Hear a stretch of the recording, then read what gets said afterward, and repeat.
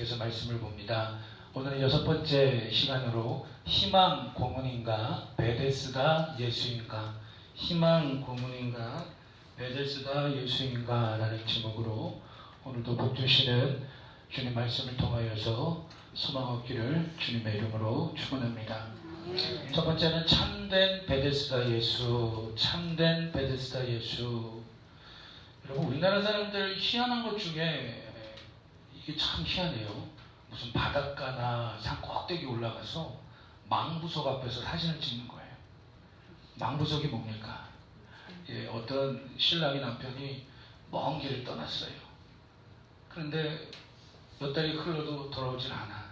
그래서 아내가 그 남편을 기다리면서 기다리다가 결국은 뭐가 돼요? 바위가 됐다는, 돌이 됐다는 전설. 그걸 그렇게 우리나라 사람들이 좋아하더라고. 좋아할 이유가 없거든요. 정말 웃긴 건 뭔지 아세요? 남편이 아내를 기다리다가 된 돌은 찾아보지를 못했어요. 저는 지금까지. 아내가 남편 기다리다가 된 돌 바위는 많이 봤어도 남편이 아내를 기다리다가 그런 돌은 없는 것 같습니다. 여러분, 어쨌든 망부석 이야기처럼 오늘 전설, 미신, 요행 그런 것들을 바라면서 정말 그들의 인생이 돌처럼 소망이 없는 인생이 된 자들이 있습니다. 오늘 예수님께서 유대인의 명절이 되어서 예루살렘에 올라가셨는데 그 예루살렘은 여러 가지 문이 있습니다. 예루살렘 성을 들어가는 문, 그 중에 양문이라는 곳이 있는데, 양문은 제사 드릴 때 썼던 양들을 갖고 드나들었던 문이기 때문에 양문이라고 불렀습니다. 그런데 그 양문 곁에 오늘 2절을 보니까 예루살렘에 있는 양문 곁에 히브리 말로 베데스다라 하는 못이 있는데, 베데스다라고 하는 그 양문 곁에 연못이 있는 거예요. 베데스다라고 하는 연못. 그리고 그 연못에 행각이 세워져 있습니다. 우리나라로 표현한다면 정자 정도 되겠죠. 정자. 그런 행각이 있는데 그 행각에 어떤 사람들이 모여 있냐면 많은 병자, 3절을 보니까 많은 병자, 맹인, 다리 저는 사람, 혈기 마른 사람, 많은 사람들이 누워서 거기 왜 그 베데스다 연못가에 세워져 있는 정자 행각에 누워 있습니까?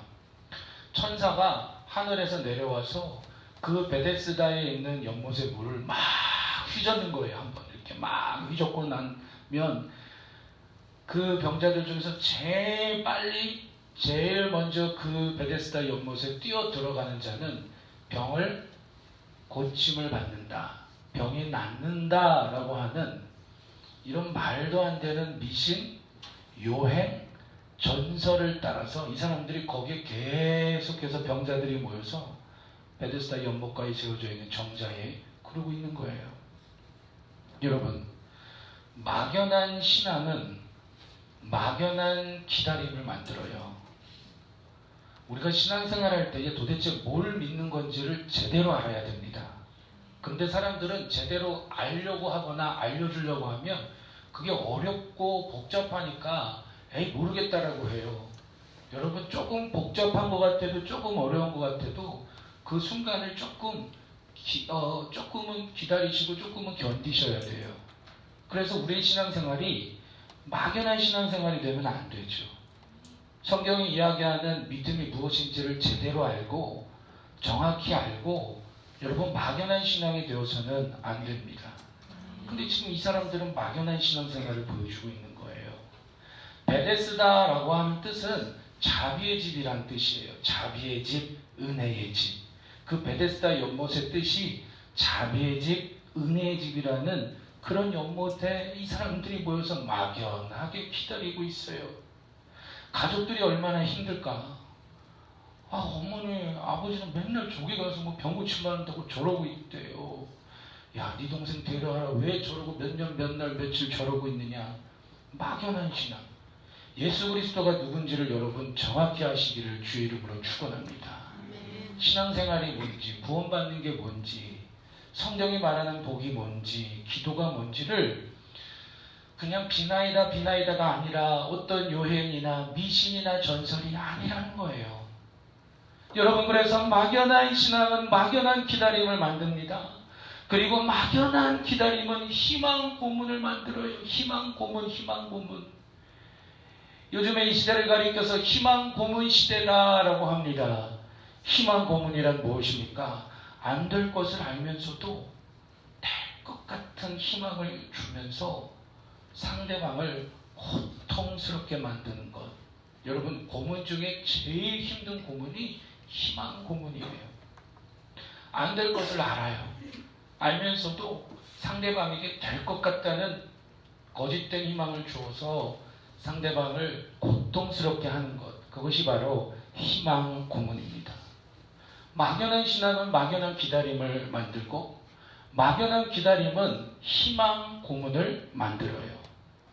여러분, 아마도 베데스다 연못가에 오시면 천사가 물을 막 휘젓는 다음에 누구든지 제일 먼저 들어가는 사람은 병이 날 것입니다 라고 그 말을 처음에 퍼뜨렸던 거짓된 희망과 거짓된 믿음, 거짓된 요행, 거짓된 미신, 거짓된 전설을 심어준 누군가가 있지 않겠습니까?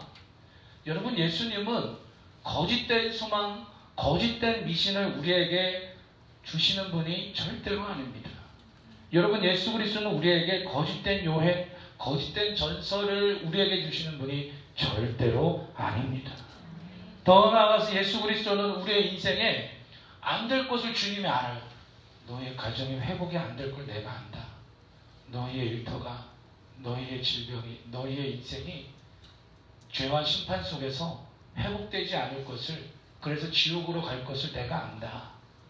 그러나 내가 너희에게 희망을 줄 테니, 뭐 이런 식으로 예수 그리스도께서 우리에게 사기치고 거짓된 희망을 주어서 안 되는 건데 교회라고 하는 이런 베데스다 연못 비슷한 교회라는 곳에 모여서 희망 고문을 시키는 그런 주님이 절대로 아니다라는 사실입니다. 그래서 여러분, 베데스다라는 의미는 자비의 집, 은혜의 집이에요. 지금 이런 거짓된 자비의 집, 헛된 미신과 전설을 바라보고 있는 이들에게 참된 자비가 되시는, 참된 은혜가 되시는 그 참된 베데스다 예수 그리스도께서 오늘 이들을 찾아가셨습니다. 그리고 오늘 이 아침에 저와 여러분들의 인생에 참된 자비, 참된 은혜의 참된 베데스다 예수 그리스도께서 저와 여러분들의 인생을 찾아오시는 줄로 믿습니다. 그래서 여러분, 우리가 누구에게 자비를 구해야 됩니까? 우리가 누구에게 은혜를 구해야 됩니까? 여러분, 자비와 은혜란 이런 의미죠. 어떤 자격이나 조건을 보는 게 아니라 그저 사랑함으로, 그저 사랑하는 마음으로 호의를 베풀고 친절을 베푸는 것을 자비요 은혜라고 해요. 여러분, 세상에 어디에 기대어서 우리가 도와달라고, 자비를 부어달라고, 은혜를 부어달라고 우리가 누구에게 그렇게 할 수 있겠습니까? 여러분, 지금 이 시대를 바라보면 희망 고문 시대라고 해요. 뭔가 희망을 갖고 살아도 안 될 것을 알면서 그래, 그냥 희망 갖고 살자, 뭐 이런 식으로 살아가는 많은 사람들의 모습들 속에 많은 사람들이 고통스러워합니다. 여러분, 오늘 이 사람들처럼 우리가 신앙생활을 하고 있는데 헛된 미신, 전설, 유행을 바라는 것처럼 우리가 내 생각으로 믿고 내 마음으로 믿고 있지는 않습니까? 여러분, 예수 그리스도는 참된 자비와 은혜의 참된 베데스다 예수이십니다. 그래서 오직 참된 베데스다 예수님께 자비와 은혜를 구하시기를 주의 이름으로 축복합니다. 여러분, 제가 이 내용을 이번 설교 시리즈 말씀을 함께 나누면서 많이 제가 말씀드립니다. 하나님은 약한 자, 겸손한 자, 가난한 자를 들어서 사용하시는 분이에요. 그런데 약한 자, 겸손한 자, 가난한 자는 무조건 돈이 없고 찌들고 질병에 들고 그런 사람들을 이야기합니까? 그런 사람들도 있어요, 성경에. 그런데 반대로 약한 자, 겸손한 자, 가난한 자는 성경에 보면 바나바처럼 돈이 많은 사람도 있어요. 솔로몬처럼 아주 공부 많이 하고 똑똑한 사람도 있어요. 바울처럼 당대의 최고의 학문을 배웠던 사람도 있어요. 약한 자, 겸손한 자, 가난한 자는 그래서 그 기준이 우리가 생각하는 기준과 다르다라고 했습니다. 약한 자, 겸손한 자, 가난한 자의 첫 번째 기준은 돈이 많냐 없느냐, 건강하냐 질병에 들었느냐, 많이 배웠느냐 조금 배웠느냐, 그건 두 번째, 세 번째 기준입니다. 주님이 바라보시는 첫 번째 기준은 정말 예수 그리스도를 참된 자비의 주님으로, 참된 베데스다로 바라보면서 주님 앞에 나와 주여 나를 긍휼히 여겨 주시옵소서. 주여 나의 삶을 불쌍히 여겨 주시옵소서. 주여 우리의 가정과 일터를 주님 긍휼히 여겨 주시옵소서. 그렇게 할 때에 예수 그리스도로부터 우리의 삶 가운데에 은혜의 물이 흘러오는 것입니다. 자비의 물이 흘러오는 것입니다. 긍휼의 물이 흘러오는 것입니다. 여러분, 우리의 인생은 흘러간다. 인생은 나그네 길 어디서 왔다가 어디로 가는가. 그 노래 가사를 보면 강물같이 흘러간다, 그런 가사가 있어요. 여러분, 인생은요 흘러갑니다. 흘러간다라는 말은 어떤 물에 의해서 그 인생은 흘러가요. 속된 표현으로 물이 좋아야 된다, 물이 다르다라는 말을 해요. 어떤 사람은 근심의 물 속에서 허우적거리면서 그 인생이 흘러가고 있어요. 어떤 사람은 분노의 물 속에서 쓰나미와 같은 그 휘몰아치는 분노의 물 속에서 허우적거리며 인생이 흘러가고 있어요. 어떤 사람은 상처의 물 속에서 그 인생이 허우적거리며 흘러가고 있어요. 어떤 사람은 걱정과 염려와 두려움의 물 속에서 허우적거리며 그 인생이 흘러가고 있어요. 여러분, 어떤 물에 휩쓸려, 어떤 물에 힘에 의하여 흘러가기를 원하십니까? 바로 자비의 은혜의 참된 베데스다 되시는 예수 그리스도 앞에 자비와 은혜와 긍휼을 구하시기를 주님의 이름으로 축원합니다.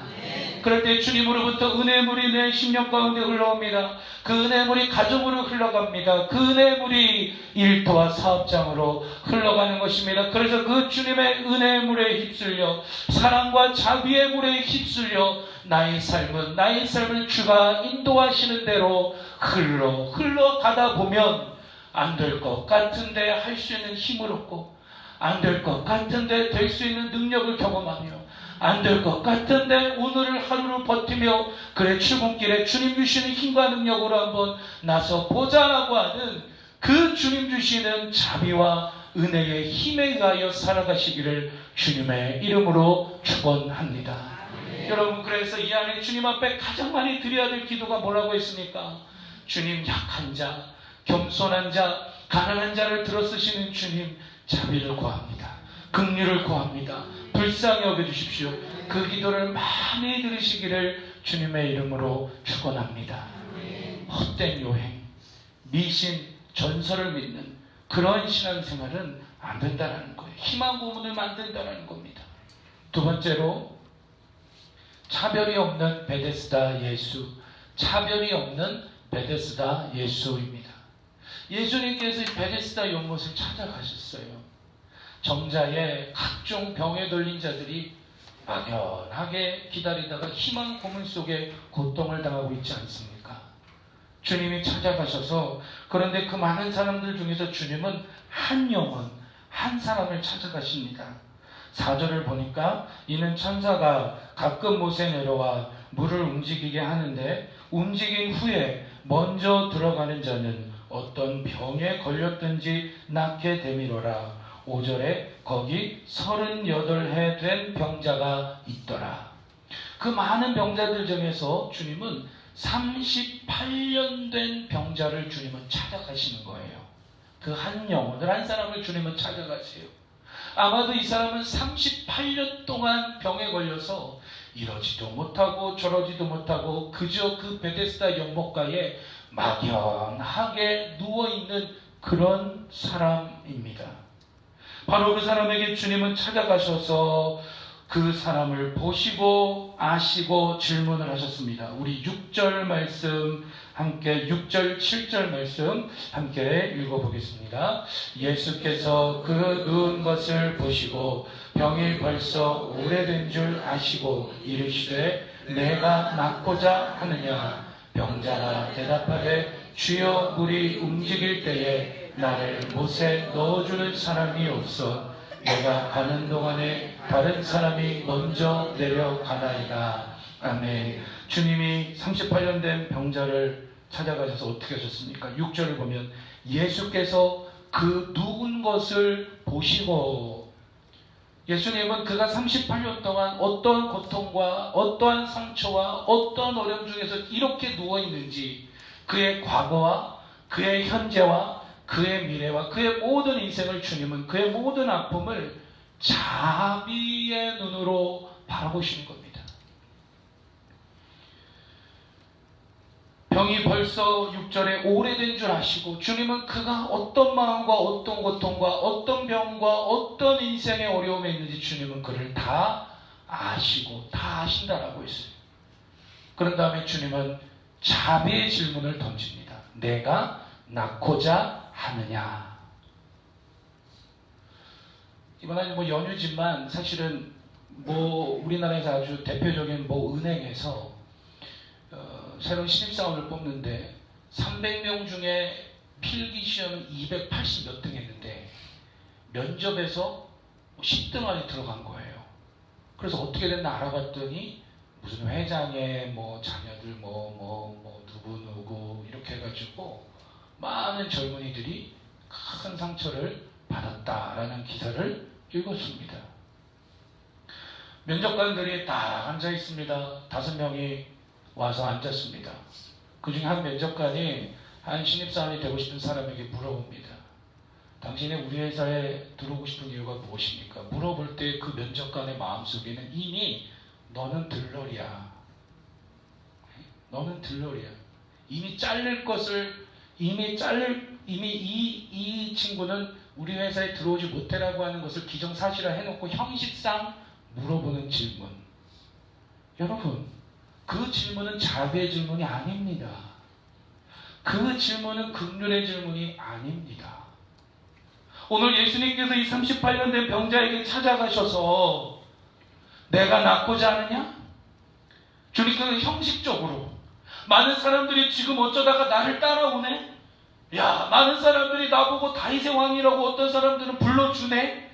어떻게 하다가 보니까 귀신이 나갔고 어떻게 하다 보니까 기적이 일어나서 와, 큰일 났네. 그래서 예수님이 형식상 이 38년 된 병자가 병이 나을 것을 주님은 모르고 이 38년 된 병자가 어차피 여기서 38년 동안 이러고 있었으니까 앞으로도 이러고 있을 것이다. 그러나 그냥 그래도 뭔가 희망을 주기 위해서 뭔가 예수님께서 은행의 면접관들처럼 내가 낫고자 하느냐 그렇게 지금 형식적으로 물어본 질문이 아닙니다.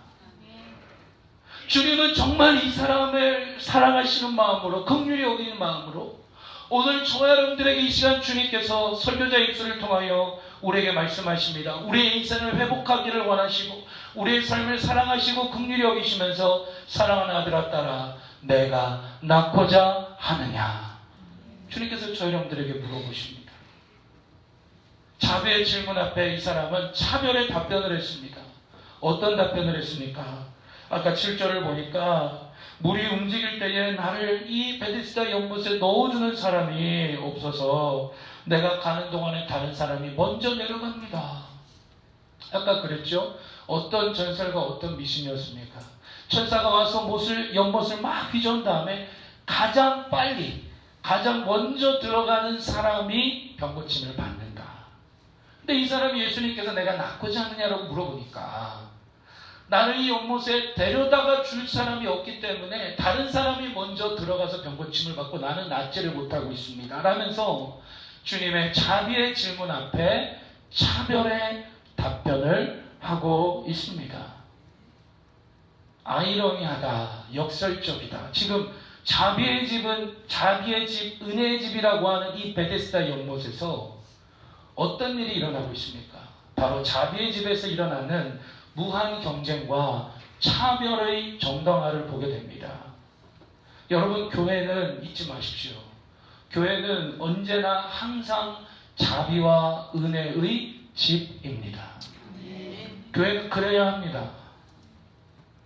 예수님의 은혜와 자비를 믿음으로, 그래서 우리는 나도 하나님 나라의 복락에 어떠한 형편과 과거가 어떻든 나도 차별하지 않는 참된 자비 은혜 베데스다 예수 그리스도 안에서 나도 하나님 나라의 복락에 참여할 수 있다. 나도 회복될 수 있다. 나도 소망 중에 살아갈 수 있다. 라고 하는 여러분, 그 믿음이 충만하기를 축복합니다. 세상에서 차별당하고, 세상에서 을지를 당하고, 갑질을 당하고, 세상에서 여러 가지 차별. 여러분, 세상 나라의 방식은 언제나 차별이지 않습니까? 그럴 수밖에 없습니다. 사실 또 어떤 의미로 보면 세상 나라의 방식은 언제나 차별이에요. 그런데 하나님 나라는 차별의 나라가 아니라 하나님이, 주님이 이 땅에 십자가를 지시고 부활하심으로 이루신 그 나라는 차별의 나라가 아니라 바로 자비의 나라요 은혜의 나라인 줄로 믿습니다. 여러분, 이 사실을 기억하십시오. 차별하지 않는 예수님을 믿는다면, 많이 배웠던 조금 배웠던, 많이 가졌던 조금 가졌던 주님은 차별하지 않으십니다. 교회는 그런 곳입니다. 세상에서 그런 차별성에서 아파하고 신음하는 영혼들이 모여 그 자비의 나라, 은혜의 나라를 함께 이루어가는 것이 좋은 교회요, 복된 교회요, 바로 그 교회가 오늘 축복의 통로교회인 줄로 믿습니다. 여러분, 차별하지 않는 예수님을 믿으시지요? 그렇다라고 한다면 절대로 자포자기해서는 안 됩니다. 예수님은 나를 차별하지 않는데 내가 나를 차별하고 있어요. 그걸 가리켜서 열등감이라고 하는 거예요. 예수님은 나를 차별하지 않아. 그런데 내가 우리 가정과 나의 삶을 차별하고 있어요. 그걸 열등감이라고 해요. 피해의식이라고 해요. 여러분, 우리 한 분도 그런 사람이 이 자리에 없어요. 그러면 혹시라도 그런 세상의 근심의 물, 차별의 물 속에 나의 생각과 마음과 감정이 그런 모습에 빠지려고 할 때마다 주님, 나를 불쌍히 여겨주세요. 주님, 나를 긍휼히 여겨주세요. 주님은 날 차별하지 않는데 왜 내가 날 차별합니까? 할렐루야. 주님은 내 아내와 내 남편을 차별하지 않는데 내가 왜 내 아내와 남편을 차별합니까? 언제 부부싸움이 심하게 나죠? 동창회 갔다 와서. 웃는 분들은 절대 그럴 리가 없어요. 동창회를 갔다 온 거야. 갔다 오면 잘 갔다 왔어요? 잘 갔다 왔어요? 하고 끝나면 돼요. 하고 할렐루야 하고 자면 돼요. 그리고 새벽에도 나오면 돼요. 근데 꼭 그냥 잘 갔다 왔어요. 근데 갔는데 누구누구 신랑이 글쎄 이렇고 갔다 왔는데 누구누구 아내는 요리도 잘해, 얼굴도 이뻐, 공부도 잘해, 애도 잘 키워. 그때 아내의 말, 인간이야? 이런 거예요. 사람이야? 네? 주님은 날 차별하지 않는데 왜 내가 나를 차별합니까? 내가 나를 지금 이 사람이 차별하고 있지 않습니까? 내가 낳고자 하느냐? 이 사람이 정말 낳기를 원한다면 7절 말씀을 자세히 보세요. 7절에 병자가 대답하되 아저씨 이렇게 대답했습니까? 선생님 이렇게 대답했습니까? 정확하게 이 사람 대답했어요. 뭐라고 대답했습니까? 주여. 여러분, 사복음서를 보면 예수님을 향하여 당시에 주여라고 고백하는 사람은 드물어요. 대다수 사람들이 선생님, 랍비 이렇게 불렀거든요. 주여라고 부르는 사람은 몇 사람 안 됐어요. 주여라는 말은 이 사람은 그래도 예수님에 대한 소문을 듣고 예수님이 우리를 구원하기 위해 이 땅에 오신 메시아여 그리스도요 만왕의 왕이요, 이 주자가 임금주잖아요. 그 사실을 이 사람은 어느 정도는 알고 있고 어느 정도는 믿고 있었다라는 사실입니다. 나름대로 어느 정도는 믿음이 있었을 것 같아요. 그런데 주여라고 했지만 현실적으로는 물이 움직일 때 나를 이 베데스다 연못가에 데려다 줄 사람이 없기 때문에 다른 사람이 먼저 들어가서 내가 이루고 있습니다. 여러분, 어쩌면 지금 우리의 마음속에 이 38년 된 병자처럼 막연한 신앙 속에서, 막연한 기다림으로, 그리고 막연한 기다림 속에서 스스로 나를 희망 고문하면서, 게다가 주님은 나를 차별하지 않는데 내가 나를 스스로 차별화시켜서 피의식과 열등감에 빠져있는 모습이 조금이라도 있으시다면 여러분, 잊지 마십시오. 우리는 주님의 자녀입니다. 주님이 날 차별하지 않는다. 우리 믿음을 함께 큰 소리와 함께 고백합시다. 주님이 날 차별하지 않는다. 주님이 나를 차별하지 않는다. 나도 나를 차별해서는 안 된다. 할렐루야. 초대교회 쓰임받았던 성도들의 직업은 다 노예였습니다. 뭐라고요? CEO? 아니요. 뭐라고요? 장관? 아니요. 뭐라고요? 대통령? 아니요. 초대교회 성도들의 대다수 직업 분포도는 거기다가 노예였어요. 노예. 최하층민. 그래서 서신서를 보면, 저녁 세미나 때 보지만 서신서를 보면 노예와 주인 간의 관계 속에서 이루어지는 표현들을 바울은 많이 하고 있어요. 왜냐? 그 시대 대다수 성도들의 직업이 노예였다니까요. 물론 전도를 받아서 로마의 귀족 출신들도 교회에 들어오고, 물론 로마의 높은 사람들도 교회에 들어옵니다. 그러나 대다수 직업은 노예였어요. 목사님, 내 직업이 이런데 내가 뭘 주님을 위하여 할 수 있겠습니까? 목사님, 우리의 가정이 이런데 내가 주님을 위하여 할 수 있겠습니까? 그러니까 안 되는 거예요. 그러니까 안 돼.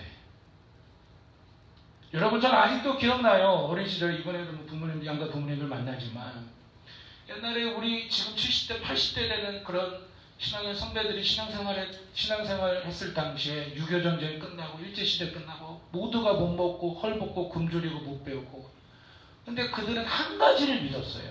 뭘 믿었느냐? 예수, 천당, 불신, 지옥, 이거 한 가지 믿었어요. 그리고 믿음으로 날마다 새벽마다 온 산 속에 들어가서 바위 틈을 붙잡고 주님이 나라를 축복하소서. 우리들은 못 먹고 못 살고 굶주리고 살지만 우리 자식 새끼들만은 잘 먹고 잘 살고 잘 배우기를 주님 축복하여 주시옵소서라고 기도했어요. 그러면서 그때 많이 기도할 때마다 들었던 게 뭐냐면, 기도를 못하니까, 멋있는 표현도 못하고 어떤 말도 못하니까 정말 어린아이처럼 기도하는데 이런 기도를 많이 했어요. 찬양에 이제 그 찬양 멜로디에 기도를 담아서 이런 기도를 많이 했어요. 새벽마다 눈물을 흘리면서 아시지요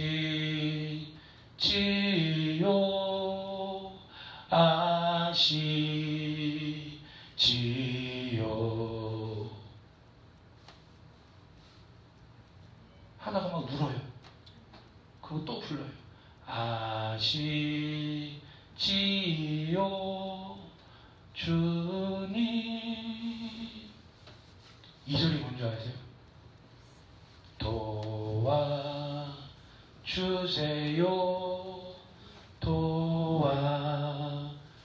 저는 이제 이렇게 부르지만 사실은 한 번 부르고 울고 또 한 번 부르고 울고. 왜냐? 누구한테 도움을 받칠 손길이 없어요. 그때는. 3절이 뭐냐면 회개해요. 4절이 뭐냐면 믿습니다. 5절이 뭐냐면 응답하심을 믿고 감사해요. 할렐루야. 여러분, 인스턴트 영성이 있고 뚝배기 영성이 있어요. 인스턴트 영성은 깊이가 없고 잠깐 반짝거렸다가 잠깐 하고 사라지는 거예요. 여러분, 뚝배기와 같은 믿음, 뚝배기와 같은 영성이 있기를 축복합니다. 아멘. 주님은 차별하지 않아요. 아니, 내가 낳고자 하느냐? 잘 되길 원하느냐? 이런 아들 원하느냐? 주여 한 다음에 아멘 해야죠. 할렐루야. 아멘. 여러분, 믿음은 보여요. 믿음은 보인다고요. 믿음이 안 보인다고요? 거짓말. 믿음은 보입니다. 이렇게 보면요, 야, 저 가정은 되겠구나. 믿음이 보여요. 야, 저 사람 이제 되겠구나. 믿음이 보여요. 교회도 그래요. 어떤 교회를 보면 그 교회가 되겠구나. 믿음이 보여요. 여러분, 잊지 마세요. 차별이 없는 베데스다 예수. 지금 자비의 집, 은혜의 집, 이 베데스다 연못에서 일어나는 무한 경쟁과 차별의 정당화. 교회는 자비의 집이에요. 차별하지 않는 예수님을 믿는다면 절대로 이제 본격적으로 시작되어지는 이 새해, 이 2018년도에 그 어떤 것도 여러분 자포자기하지 말기를 주님의 이름으로 축원합니다. 자포자기하지 마세요. 그래서 주님은 믿음 있는 자를 들어주세요. 어떤 상황이 있든지. 세 번째는 소망의 베데스다 예수입니다. 소망의 베데스다 예수. 소망의 베데스다 예수입니다. 예수님은 이 사람이 차별의 답변을 합니다. 다른 사람이 나를 데려다 줄 사람이 없어서 다른 사람이 먼저 데려갑니다. 그랬더니 8절에서 예수께서 이르시되 일어나 내 자리를 들고 걸어가라 라고 했어요. 일어나 무엇을 들고 걸어가라고요? 내 자리를 들고 걸어가라. 여러분, 신앙생활을 할 때 상식적인 선까지만 믿으면 안 돼요. 상식적인 선까지만. 그 선을 넘어서 주님을 신뢰하시고 믿어지는 은혜가 있기를 소망합니다. 이 사람에게 있어서 지금 내 자리를 들고 걸어가라라고 하는 건 말도 안 되는 이야기예요. 38년 동안 그 자리에 누르고 누워서 하염없이 희망 고문 속에서 이 베데스다 연못에서 있었던 사람입니다. 주님은 일어나 내 자리를 들고 걸어가라 라고 했습니다. 이 사람이 이제는 일어나 자리를 들고 걸어가는데 바로 참된 소망 되시는 예수님을 의지함으로 일어나라 라는 것입니다. 희망 고문, 헛된 희망, 헛된 요행, 헛된 미신, 헛된 전설 이런 거 말고요. 여러분, 신앙생활하면서 꿈을 좋아하십시오. 그리고 꿈을 좋아하지 마십시오. 이게 어떤 의미인지 아세요? 아, 간밤에 꿈을 꾸는데 뭐가 나타났네. 뭐 나타났으면 뭐 어쩌라고. 뭐 SF 영화를 찍을 겁니까? 판타지 영화를 찍을 겁니까? 잠자다가 어느 날 일어나면 사모님이 그럴 때가 있어요. 아, 왜 이렇게 잠자다가 왜 이렇게 싸워? 그럼 제가 왜요? 그러면 잠자다가 제가 가끔 잠자다가 사모님이 그래요. 그럼 왜요? 그러면 잠자다가 방언으로 갑자기 와 해가지고 예수라고 막 그러더래요. 무슨 꿈 꿨어? 그럼 제가 그래요. 몰라? 여러분, 요행을 바라지 마십시오. 그 꿈이 정말 주님이 주신 꿈이라면 신실하게 성실하게 삶으로 그 믿음을 주님 앞에 표현하십시오. 헛된 희망, 헛된 전설, 헛된 미신이 아니라 참된 소망의 베데스다 예수, 참된 소망이 되시는 예수 그리스도를 의지함으로 도저히 일어날 수 없었던 자포자기했던 모습. 주님은 날 차별하지 않는데 내가 나를 차별하여 눌러앉았던 나의 생각이 있습니까? 감정과 마음이 있습니까? 내 말이 있습니까? 가정의 모습이 있습니까? 바로 그 자리를 소망 되신 예수님을 의지함으로 일어나서 걸어가시기를 주님의 이름으로 축원합니다. 오늘 본문 1절을 보면 우리나라의 현실과 조금은 다르지만 우리가 조금 새롭게 적용할 수 있는데 5장 1절에 그 후에 유대인의 명절이 되어 예수께서 예루살렘에 올라가시니라 라고 했어요. 유대인의 뭐라고요? 명절. 유대인에게 있어서 명절은 뭐 6월절, 77절, 초막절, 구약 레위기부터 율법에서부터 나오는 여러 가지 명절이 있습니다. 그런데 그 유대인의 명절이니까 명절은 행복해야 돼요? 불행해야 돼요? 행복해야 돼요. 명절은 즐거워야 됩니까? 슬퍼야 됩니까? 즐거워야 돼요.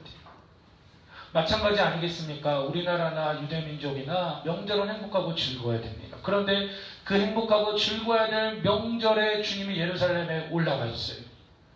다른 사람들은 다 행복하고 즐겁고 시끌벅적한데 이 베데스다 연못 행각에 있는 병자들은 완전히 정반대예요. 불행하고 자포자기하고 죽음만 생각하고 있고 슬프고 피해의식, 열등감, 분노, 상처 이런 것만 있는 거예요. 주님은 그 즐거워야 될 명절에 정말 불행 속에 있는 이 38년 된 병자를 찾아가십니다. 그의 삶 가운데에 소망의 나라, 바로 하나님 나라가 그의 삶 속에 임합니다. 바로 그 사람을 주님은 소망으로 일으키셨습니다. 말씀을 마칩니다. 하나님을 사랑하는 자 조용히 반주해 주십시오.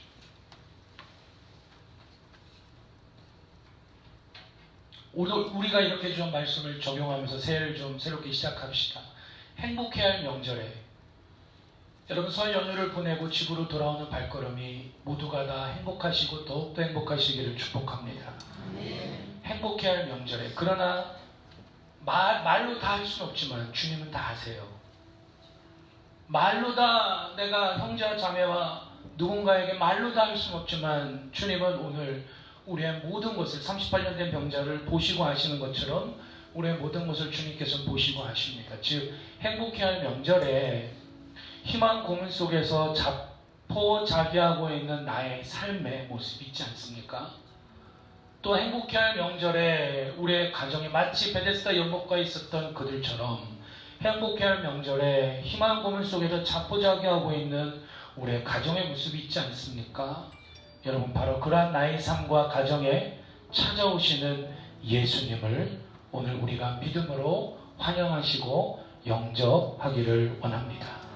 그래서 나의 삶과 가정에 자포자기하고 있는 모습이 무엇입니까? 지금 헛된 걸 바라보면서 헛된 것을 의지하면서 자포자기하고 있는 모습.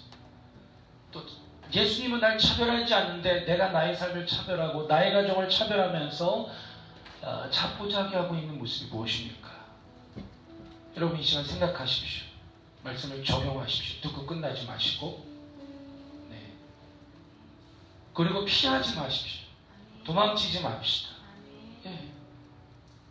믿음은 현실을 직면하게 합니다. 그래 맞아 나는 장애가 있어 어쩌라고 주님 주신 소망으로 일어나서 주님 앞에 쓰임받는 인생 되면 되지 이런 거 아닙니까? 그래 맞아 우리의 가정의 현실은 이래. 그런데 소망의 베데스다 예수, 차별이 없는 베데스다 예수, 참된 베데스다 예수를 의지함으로 소망 중에 걸어가면 되지. 도망치지 않기를 축복합니다. 피하지 않기를 축복합니다. 당신이 도망치면 당신의 자녀도 도망쳐요. 그 후대도 계속해서 도망쳐요. 그렇게 돼 있어요.